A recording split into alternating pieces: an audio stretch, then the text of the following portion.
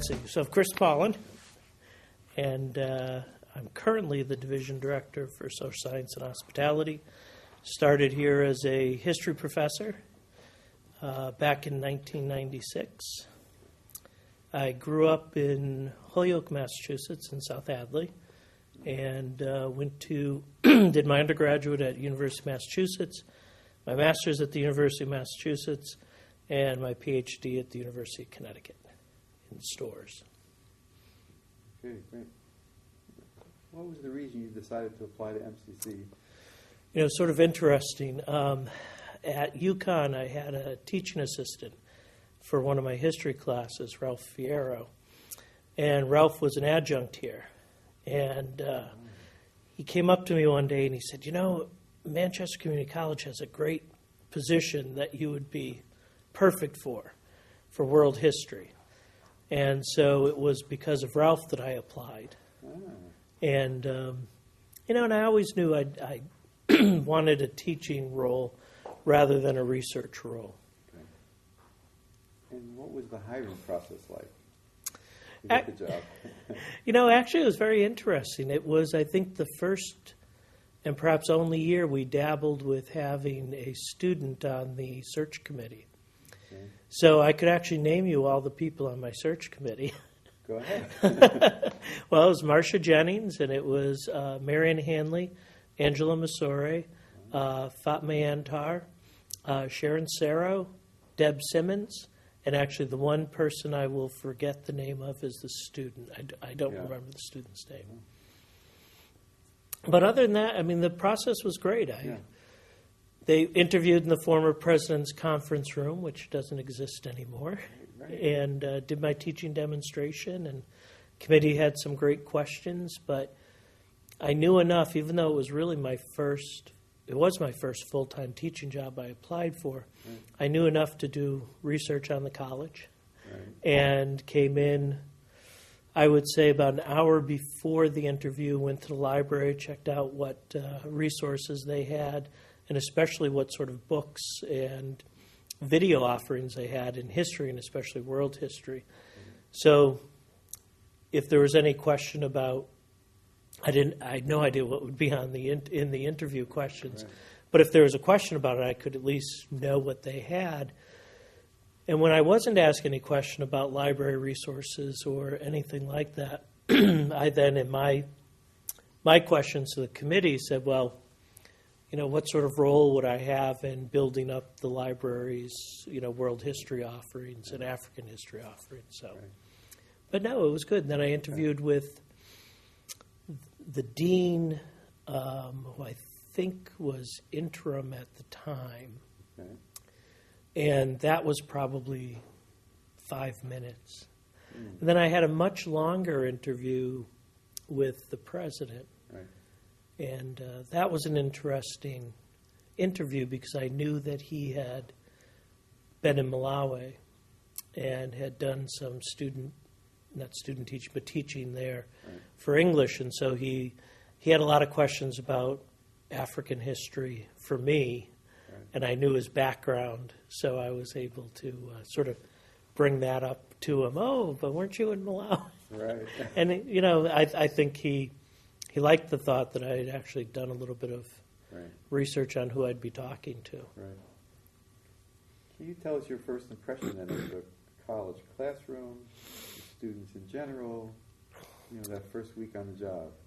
The first day I was here, because I was a January hire, John Sutherland, who I was replacing, brought me in and sort of spent most of the day with me.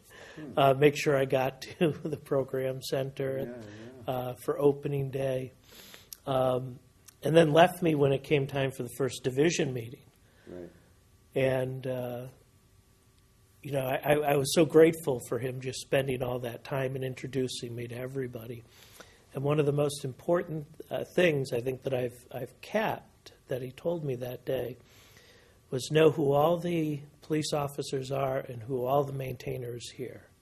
He said you should know them by name because they're going to be the ones that are going to be there to help you, and they're going to be the ones that you're going to see as much as anybody else on campus. So I always try to make that a point, too. And I think it makes it more of a community Right. rather than just, faculty versus. Right. True. So my first class was a night class, so students were excellent Right. because this was 96, so we had a lot of non-traditional students. Yeah. And I realized pretty quickly that the best students here would be the best students anywhere. And the only difference I saw was that there were students here who wouldn't have been able to get into a traditional, four-year school that had certain goals for SAT scores. Right. And, some succeeded despite that, and others struggled. Yeah. How about early memories of faculty meetings or division meetings? Can you share some of those? I think one of the first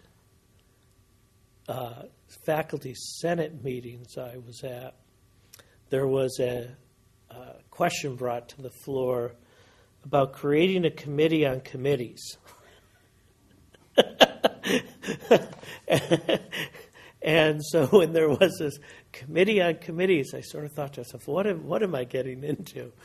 But no, I thought, it was those early meetings down on the Old East campus were probably a little more raucous than they are now. Mm-hmm. But I don't, nothing really sticks out other than that. I learned more about the college by going to those meetings Right. and sort of came to understand what the sort of, not day-to-day running of the college is, but how at least we function academically Right. because of, academic standards, curriculum, all those reporting. Right. How about early features of how things were done when you first arrived here compared to today? Do you see things changing in that sense? I'm not sure I have a good answer for that one, Okay. because I think it really depends upon what committee or what we're looking at. Yeah. On the one hand, things are much harder now, I think, because of email. Because students, because they can contact you whenever, expect you to get back to them immediately, whether it's 2 in the morning on Saturday. So that's a little bit harder. But I've seen changes, at least academic standards plays a far greater role than it did. That was one of the first committees I was on. And I didn't notice us doing a lot. And maybe it was just my first year. There weren't a lot of things that they were focusing on. But I think it plays a much greater role, as great a role as curriculum does now. Right. So, I don't know if things, I think some things are harder, some things are easier. I think we're a lot busier than we ever were. But I think we're probably doing more with less. Sure. Because we Yeah. have 7,500 students, but I think the exact same amount of faculty we had when I started in Right. 96. Right. More part-timers and probably fewer full-timers. Well, and the very next year was the year that everybody retired. So I started in 96, and then 97 we had that sort of mass exodus of whatever, 42 faculty and staff. And I'm not sure we've ever really recovered from that. Right. How about your image of the college? The school itself, the students, colleagues. Has that changed over the years? Well, the students are younger Yeah, right. and probably less well prepared, at least as a group. Right. I think you'll always have those students who are going to work hard and succeed regardless of whatever obstacles are put in front of them academically. Right. And I think you're always going to have students that just aren't prepared to be students yet. Mm-hmm. And that's true at the four-year schools, too, having taught at those. So, so that's not an MCC thing. Colleagues change, but one of the great things about this college. I think there's a lot of collegiality. Again, I hear stories of old academic senate meetings or faculty senate meetings at the time. Right. And we don't have that sort of atmosphere. I think it's, That's true. at the same time, and maybe this is stepping out of bounds a little bit, but from what I've heard in the past, there could be angry discussions, Right. but you always still knew each other, were colleagues, and got along. I think now it's a little bit harder, where disagreement is taken personally, even though it should only be taken as academic disagreement. Right. And so, That's great. on that end, I give the kudos to the faculty that knew. Yeah. We can say one thing here, Yeah. but it stays here. And so, Well, I was always amazed as a new staff member that I could see people argue so strongly at a faculty senate meeting. Almost And screaming. yeah, almost. And then at the end of the meeting, it's okay. Let's go to Hartford Road for Yep. a beer. Didn't take it personally. no, and that's the way it should be. There Yeah. should be, especially you would think among people working in the academic community, Yeah. to understand that there's always going to be disagreements of opinion, Right. but we still have to work together. Right. Okay. How about significant MCC moments? Anything that stands out in your mind? This could be anything. Well, I got to travel a lot Okay. because I did so many of the continuing ed courses for Bill Levy's travel program. So, for me, the greatest moments have been going to, chaperoning, so to speak, trips to Egypt and Greece and England and Ireland. So those are fantastic moments. Wound up having my wedding pictures taken here because it rained so hard the day of our wedding that we couldn't have any outside pictures. I had made no plans for indoor pictures. And so my wife and my wife is a graduate of here, Yeah. so we came here and had our pictures done in the atrium and some other areas on the Yeah. second floor. So that of course, is always going to stand out for me. And my daughter came here for the preschool, but it's Yeah. a child the child development center. Right. And so always one of the fondest moments, and it's 2-year moment, is walking her Right. daily to that class. It was just always comforting knowing she was That was great. right there. Yeah. was That if great. there was ever a problem, I could get there and help out. Students, graduation every year. Mm. I think one of the finest things we do is that lineup at the along the hill, Yeah. so that the students come through, all the applauding faculty and staff. Those moments always stick out. Yeah. And a couple of years ago, seeing, I don't know if you ever had him in class, Ben Harvey, who's a student who was missing both his arms and part of one of his leg. Yeah. Seeing him stand up there on the on the stage Yeah. with a 4.0, Right. but at the same time, and he was this very special student because first of all, his penmanship was better than anybody's, even though he wrote with his foot, Right. and he was a brilliant kid. But it was just sort of the moment realizing, probably something he had always wanted to be seen as is just another good student instead of being considered special because of whatever physical issue he may have. Yeah. Just seeing him up there, and he was sort of beaming. And I was proud of him, and I'd only had him in one class. Right. But then he was the last face I saw. I went, after graduation, I rode my bike because it's so much easier getting out of here on a bike. Yeah. And as I rode my bike past the little glass way into the second floor. So right now he had just come out with his father out of one of the doors, and being able to just stop and talk with him about 5 minutes without the commotion, Yeah. that's another one of those Yeah. moments that I'll always sort of remember. Yeah, oh, that's great. How about colleagues? Anyone who left a lasting impression on you? A lot. Yeah. There's probably too many to name. Okay. I've always, Tom Lewis, who retired, he was sort of my early mentor. I went to him for any sort of issues I had because he could always sort of talk through it with me. I've relied a lot on Mike Duramo, especially after Tom Lewis retired, and then once we moved into the tower, I was sort of, Mike and I are on the same floor. Working with Guasan Yang's been great in history.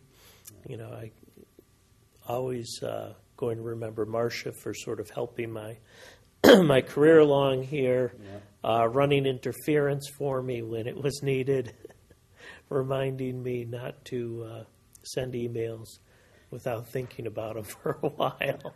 Fatma Antar, another person that I could always count on being professional. Right. And, she would, very thoughtful. She could often show me other sides of the coin that I may not have seen. But there's so many. I mean, we could name pretty much everybody who's here now and everybody who's retired since '97. They've all played some role, and it's. I think one way that I look at it, when we went to AAC and U conference in Nashville, there was 8 of us, and we all knew each other, and it was great. So there was no sort of clumsiness about this committee. Well, we were sort of there were 4 different schools that were all put together because we were in the same process of going through gen ed reform. The other schools were all 4-year schools, and in each case, the faculty members and administrators were introducing themselves the first day of the conference. Right. And I thought to myself, wow, how are they going to pull this off when they don't even know each other? They probably don't know all the programs. They probably really have such a disconnect from division or department to department, and here we all knew each other by first name. Right. We all knew exactly what they taught or what our role was at the college, and it sort of reminded me what a great place it is. Even with 100 faculty, 200 staff can probably name everybody. And what a great thing that is to be able to do, and not to have to go through this. Oh, you teach math at this 4-year school that I've never run into you anywhere. Yep. So that's another thing that really makes me thankful for being here. And I like probably a lot of other people, had opportunities to teach at 4-year schools. Turned them down to stay here. Right. So that says something, I guess. Says a lot, yeah. How about funny experiences? Anything funny that has happened that you can share? Anytime I talked with Mike Duramo. Oh, right. We once the tower was built, the AST tower, we started having lunches twice a week, anyone on the 4th floor, and of course anybody was invited. And so a lot of good moments there. Generally Eileen Fury, Diana Hussein, Mike Duramo, Guasan Yang, myself, and adjuncts too who were up there. We would all go into that conference room, and it was always fun. Yeah. Even though there were serious conversations, it was kind of a safe place too, where you could talk about things. So that was fun. Other funny moments, it's probably nothing really jumps out at me because I think I've had a lot of laughs here. Yeah. Often at my own expense, but that's all right. So no, I don't think that there's anything else Okay. that would jump to mind. I'll probably think of 20 things after I leave here. Sure. But Well, that ends the questions that I have, but anything else that you'd like to add, or a topic that we haven't touched on that you want to talk about, feel free to add anything at this point. well, I mean, probably the obvious thing that I would mention is how this campus has changed. Yeah. You know, I've been here long enough where the East Campus, I always, You're familiar, yeah, you know these camp. yeah. So the East Campus was here, and the low building was the new building. Right. And seeing it change into the beautiful facilities we have here. Yeah. So that always is something that I think needs to be pointed out. Yet at the same time, I don't think the instruction here is any better with all the new technology and equipment than it was when I would have to ask for an overhead projector to be wheeled into, Right. was it A2 or whatever it was down on the East Campus. So I think whatever technology is there hasn't changed the quality of instruction. I think it was always there. So the physical buildings have changed, the faculty members have changed, but I think we're still putting Yeah. out the quality education that we should be putting out. Right. So I think that would be the one other thing that I'd really like to mention. There's constant change here, Yeah. yet quality faculty and staff remain the same. Right. That's great. Thank you. Hmm? Thanks. You're welcome.